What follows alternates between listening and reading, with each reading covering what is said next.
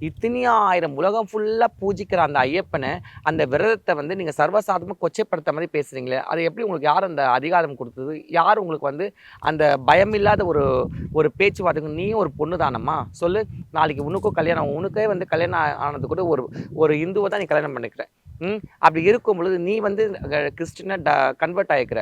அப்படி இருக்கும் பொழுது, நீ எந்த இதுலேருந்து வந்திருக்க? இன்னைக்கு ஏன் இப்படி மாறுன? அது உன்னோட தனிப்பட்ட விருப்பம். யாருமே அத கேட்க முடியாது. ஆனா, நீ இங்கேருந்து அங்க போயிட்டு எங்கள கேள்வி கேட்கறதுக்கு உனக்கு எந்த அதிகாரமும் கிடையாது. கரெக்ட் தானே? அப்படி அப்படின்னா பேசும் பொழுது எவ்வளோ விஷயத்த பேசலாம். இப்போ வந்து போப் இருக்குங்க.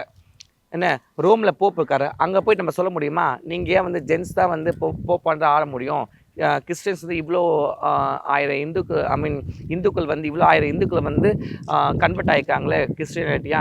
அந்த கிறிஸ்டின் ஒரு லேடீஸை வந்து நீங்கள் வந்து போப்பா வந்து ஒத்துக்குவீங்களா சொல்லி கேட்க முடியுமா? கிடையாது.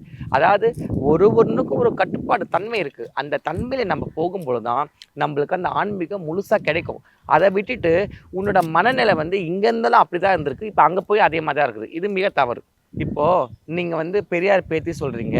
இப்ப நாங்க கூட இந்த பூமியில தாம்மா இருக்கிறோம். நாங்க கூட பெரியார் பேத்திங்க தான். சரியா? நீ மட்டும் கிடையாது. புரியுதா? தமிழ்நாடு ஆட்சி பண்ண அத்தனை பேருமே பெரியார் பேத்திங்க தான்.